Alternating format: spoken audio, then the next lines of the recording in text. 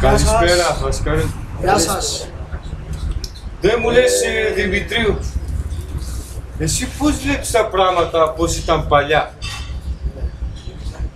Πώς ήταν παλιά? Παλιά ήταν πολύ ωραία, Βασίλη. Παλιά ήταν πολύ πιο ωραία, δηλαδή, Όχι. σε αυτά τα χρόνια. Λάθος είσαι, κύριε Δημητρίου.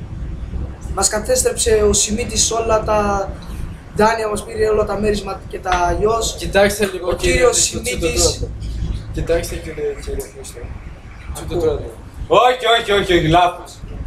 Κάτσε, μα ακόμα δεν είπα, κύριε μου. Όχι, άμα είναι έτσι. Μα ακόμα δεν είπα, σε παρακαλώ, άσε με να ολοκληρώσω, τσούτο τώρα. Κοιτάξτε τι έχω να πω.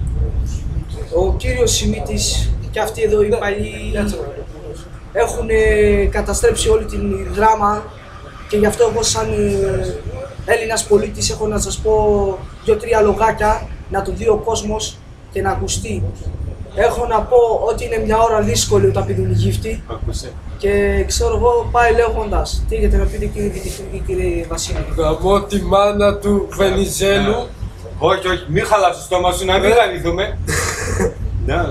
Σε παρακαλώ, αδερφέ, τώρα κοίταξε. Δες, ο σκοπός πουτονά να φέρω εγώ. Κοίταξε λίγο εδώ, δες, δεν ετήθηκε το όχι. Δες, κυρίες και κύριοι, κοιτάξτε, δεν ετήθηκε το όχι, έτσι. Γιατί να μην ετηθεί το όχι? Εγώ γάμισα και όχι. Ρε, σε παρακαλώ, αδερφέ, τώρα. Μη με κάνεις τέτοια. Θα σου γαμίσω το σπίτι. Κοίταξε να δεις. Κοίταξε να δεις. Θέλεις πόνεμο!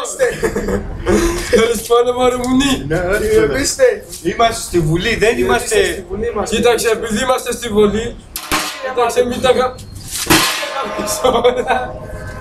Κοίταξε αγόρι μου, τα πράγματα είναι αλλιώς. Ωραία, ρε φίλε, κοίταξε ρε φίλε, από τη στιγμή που έπαιρνα εγώ ρε φίλε το εγγυημένο εισόδημα κανονικά 1.000 μου το κάνω τα πας, έπαιρνα 20 ρε φίλε. Το δέχομαι. Τα διαλύσω όλα, θέλεις να τα γυρίσω ανάποδα να πούμε? Λίγο ήρεμα. Όχι, τρελάθηκα και εγώ λίγο ήρεμα! Βρε κύριε Χρήστο, τα διάολο! Να πούμε αδερφέ, λοιπόν, κοίταξε, σε παρακαλώ αδερφέ, κοίταξε, φίλε, εσένα θα σου κάνω μήνυση. Τέλος. Φίλε, θα σου κάνω...